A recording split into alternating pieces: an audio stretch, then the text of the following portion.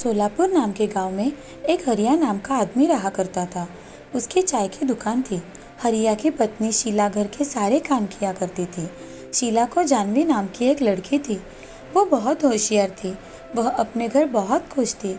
एक दिन शीला बाजार जाने लगी तभी, जानवी, मैं बाजार जाकर आती हूँ, तुम घर पर ही रहना। हाँ माँ, मैं घर पर ही रहूंगी। मुझे बाजार में थोड़ा सा काम है, तो तुम खाना खा लेना। ठीक है माँ, मैं खाना खा लूंगी। ठीक है मेरी बच्ची। ऐसा कहकर शीला बाजार जाने के लिए निकल जाती है। बाजार में जाते ही शीला का एक्सीडेंट हो जाता है। ट्रक के सामने आने की वजह से सर के ऊपर शीला को गहरी चोट आई थी। शीला की वही मौत हो जाती है। ये देख वहाँ खड़े सभी लोग दुखी हो जाते हैं। ये बात हरिया को पता चलती है। हरिया भागते हुए वहाँ आता है और अपनी पत्नी शीला को वहाँ मूर्छित पड़ा देख, क्या हुआ है इसे? ये बोल क्यों नहीं रही? उठो शीला, उठो। हरिया शीला को गले लगाकर जोर जोर से रोने लगता है। पड़ोसी और बाकी के लोग हरिया को सहानुभूति दिलाते हैं और शीला का अंतिम संस्कार कर देते हैं। ये देख जानवी को कुछ समझ नहीं आता। जानवी अपने पिताजी से, पिताजी, मेरी माँ कहाँ चली गई? मुझे उसकी बहुत याद आती है। हरिया फूट फूट के रोते हुए अपनी बेटी जानवी से, अब तुम्हारी माँ कभी भी वापस नहीं आएगी बेटी। तुम्हारी माँ भगवान के पास चली गई। हरिया जानवी को गले लगा लेता है। जानवी भी चुपचाप बैठ जाती है। ऐसे ही कुछ दिन बीत जाते हैं। जानवी हर रोज अपनी माँ की याद किया करती थी। ये देख हरिया बहुत उदास हो जाता था। जानवी को अपनी माँ की याद ना आए और वो अपनी जिंदगी खुशी खुशी बिताए, इसीलिए हरिया दूसरी शादी कर लेता है। हरिया के दूसरे पत्नी का नाम सुमति था। उसे भी एक बेटी थी जिसका नाम राधा था। वो बहुत ही घमंडी थी। वो हमेशा अपने मन के किया करती थी।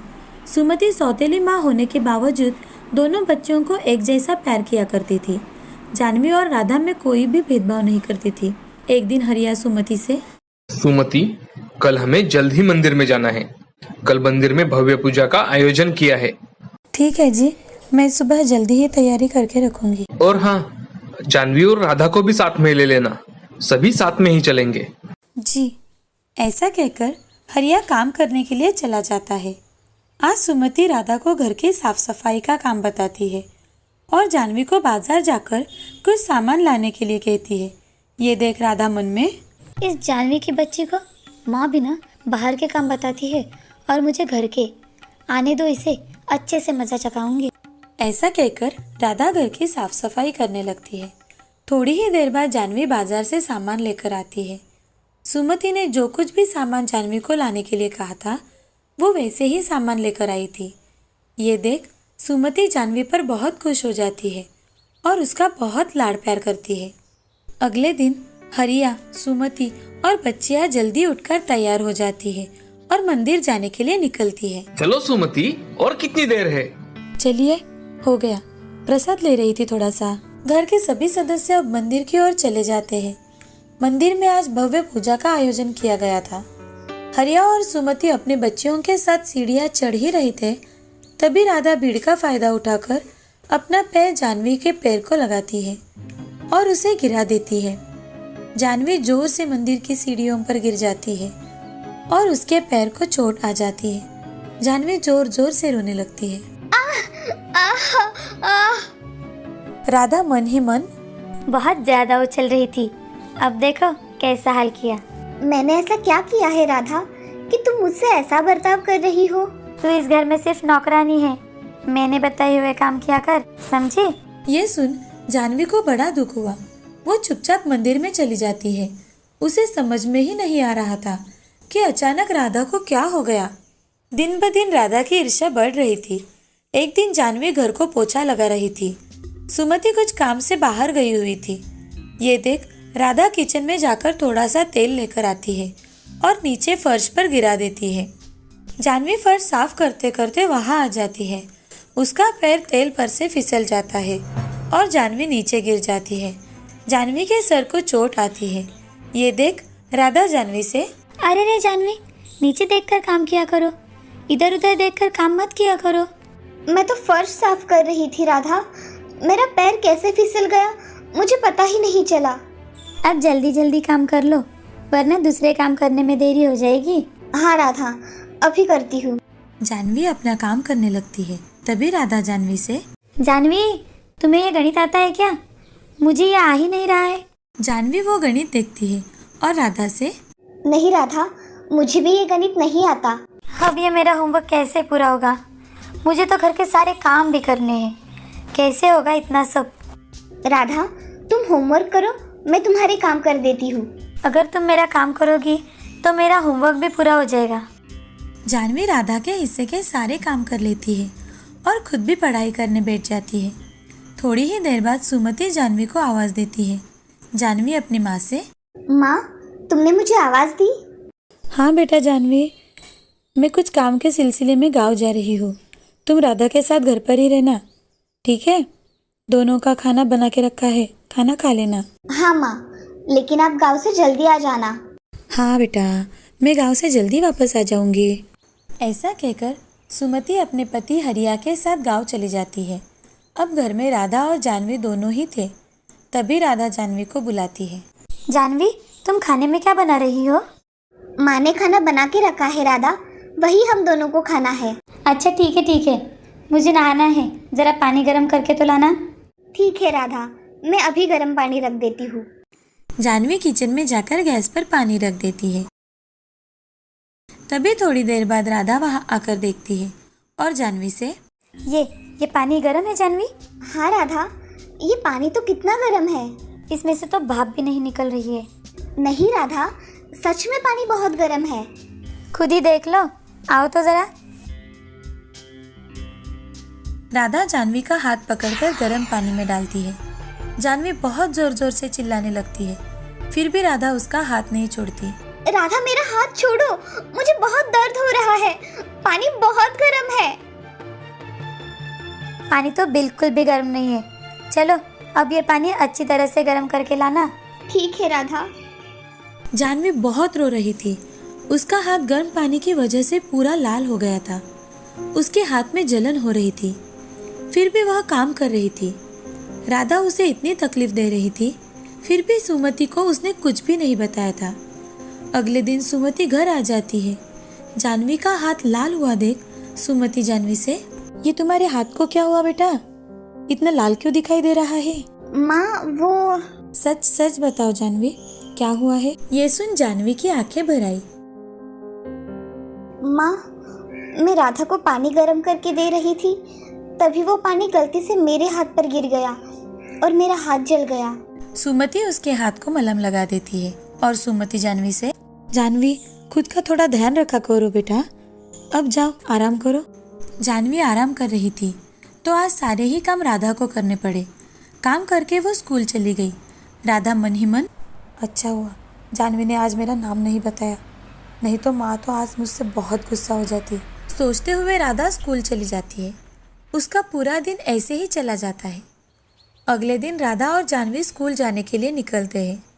राधा आगे चल रही थी, उसके पीछे जानवी चल रही थी। राधा अपने ख्यालों में रास्ते पर चल रही थी। उसके सामने बड़ा ट्रक आ रहा है, ये भी राधा को दिखाई नहीं दिया।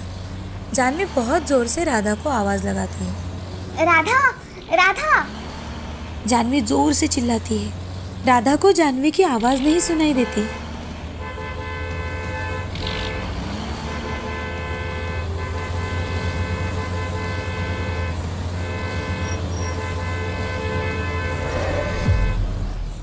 राधा बहुत डरी हुई दिखाई देती है। तभी जानवी राधा से, राधा, ध्यान कहाँ था तुम्हारा? मैं कब से तुम्हें आवाज लगा रही थी, तुम्हें ज्यादा लगा तो नहीं ना?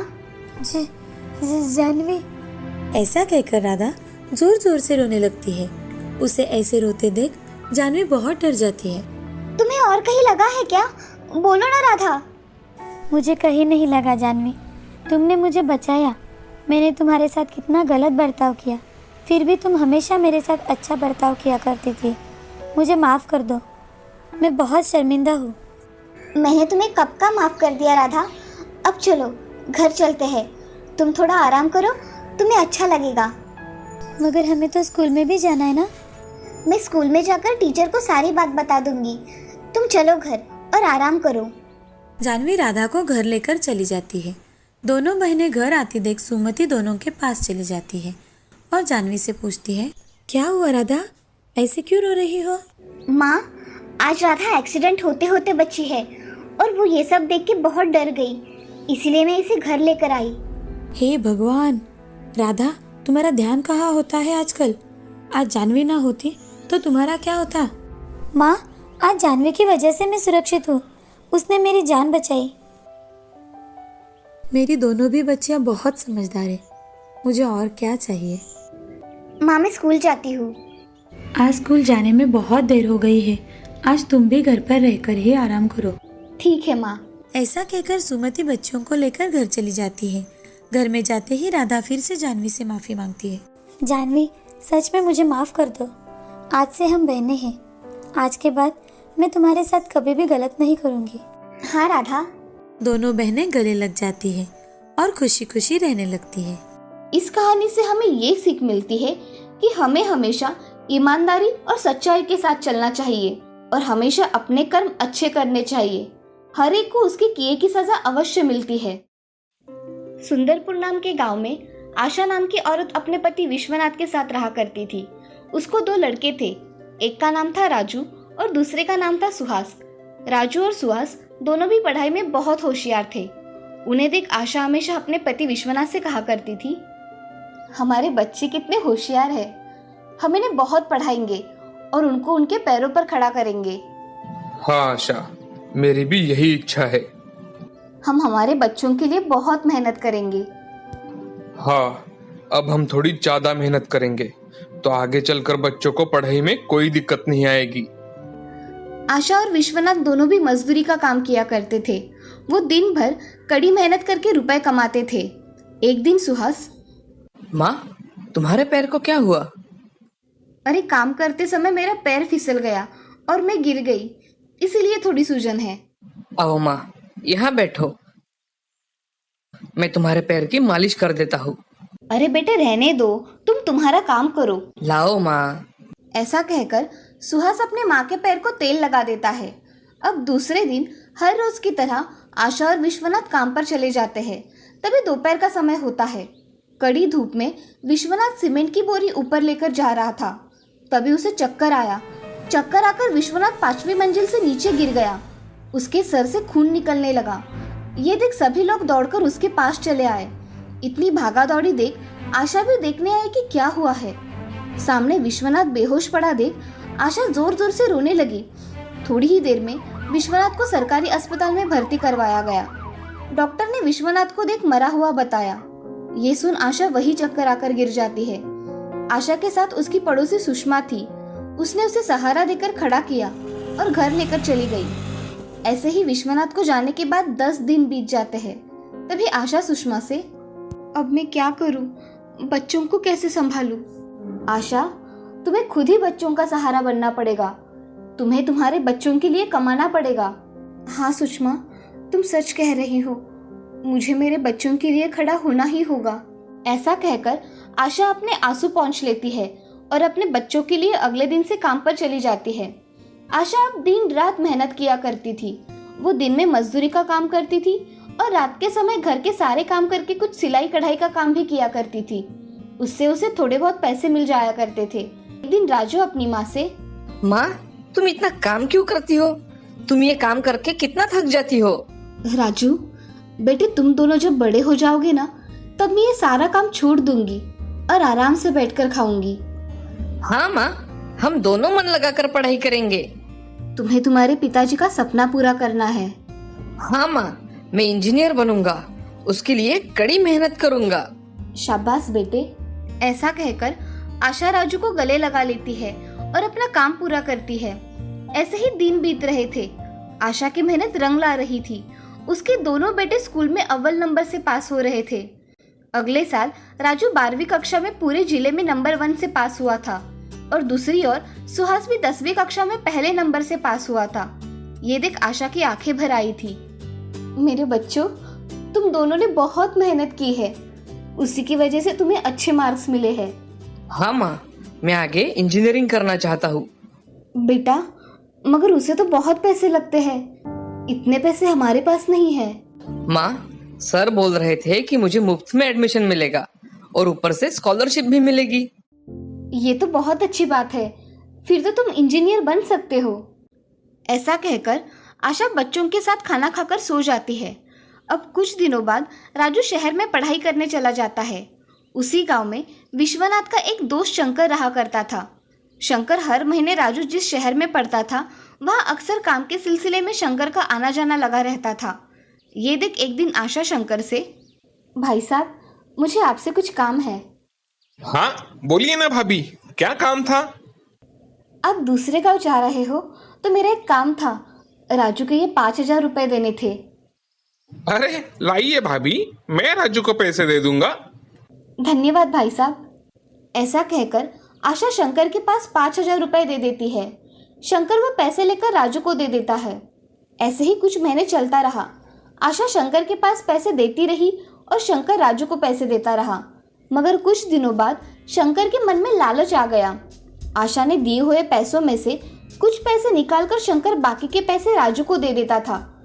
ये देख राजू शंकर से, चाचा माँ ने इतने ही पैसे भिजवाए? अरे हाँ राजू, तुम्हारी माँ कुछ दिन काम पर नहीं गई थी, इसलिए इतने ही रुपए भेजे हैं। ठीक है चाचा। राजू जैसे तैसे उन पैसों में अपना गुजारा किया करता था। दिवाली की छुट्टियों में राजू घर पर आया तो उसे सारी सच्चाई मालूम पड़ गई। वो अपनी माँ से, माँ तुम मुझे हर महीने कितने पैसे भेजती थी? मैं तुम्हें हर महीने 5,000 रुपए भेजा करती थी बेटा, क्या हुआ? लेकिन माँ मुझे तो शंकर चाचा ने सिर्फ 2 महीने ही 5,000 रुपए दिए, बाद में तो उन्होंने सिर्फ 3,000 रुपए देना शुरू किया। मगर मैंने तो हर महीने तुम्हें 5,000 रुपए भेजे, इसका मतलब शंकर भाई साहब ने वो पैसे ले लिए? हाँ माँ, तुम्हारे भोलेपन का फायदा उठाते हैं ये लोग। चलो अभी जाकर शंकर भाई साहब से पूछते हैं। ऐसा कहकर आशा और राजू शंकर के पास चले जाते हैं। उन्हें देख शंकर, अरे आइए ना भाभी, कैसे आना हुआ? भाई साहब मैंने आप पर कितना विश्वास रखकर पैसे दिए और आपने वही पैसे खुद इस्तेमाल कर लिए। मुझे मेरे पैसे वापस चाहिए। अरे भाभी जी, वो पैसे तो गए और आप जितना देती थी मैं उतना ही तो राजू को दिया करता था। उसकी बात सुन राजू को बहुत गुस्सा आया। वो अपनी माँ से, माँ तुम इनके मुंह मत लगो, चलो घर चलते हैं। ऐसा कहकर राजू उसकी माँ को घर लेकर जाता है। कुछ दिनों बाद राजू बहुत मेहनत करके बड़ा इंजीनियर बन जाता है और सुहास एक पुलिस इंस्पेक्टर बन जाता है। अब आशा सुहास और राजू से, तुम दोनों ने मेरा और तुम्हारे पिताजी का सपना पूरा किया। मुझे तुम दोनों पर बहुत गर्व है बेटा। माँ ये सब तुम्हारे बिना नामुमकिन था। माँ ये सब तुम्हारी मेहनत का फल है। अब तुम दोनों अपनी नौकरी बहुत अच्छी तरह से करना और पूरी ईमानदारी के साथ अपना काम करना। सुहास और राजू अपने माँ के गले लग जाते हैं। शंकर उस गांव में बहुत लोगों को ऐसे ही ठगा करता था। ये देख एक दिन सुहास उसे जेल में डाल देता है और कहता है, अरे ओ शंकर चाचा, अब ये लोगों को ठगना छोड़ दो, नहीं तो जेल में पूरी जिंदगी गुजारनी पड़ेगी तुम्हें। सुहास, मैं तुम्हारे पैर पड़ता हूँ, मुझे माफ कर दो, मैं सभी के पैसे लौटा दूंगा। हाँ यही तुम्हारे लिए सही होगा। ऐसा कहकर शंकर जेल से छूट के जिन लोगों से पैसे लिए थे उनको पैसे वापस कर देता है। अब आशा अपने बच्चों के साथ बहुत खुशी खुशी रहती है। एक गरीब मजदूर माँ भी अपने बच्चों को अच्छी शिक्षा तथा जीवन प्रदान कर सकती है। उसकी कड़ी मेहनत आज रंग लाई थी।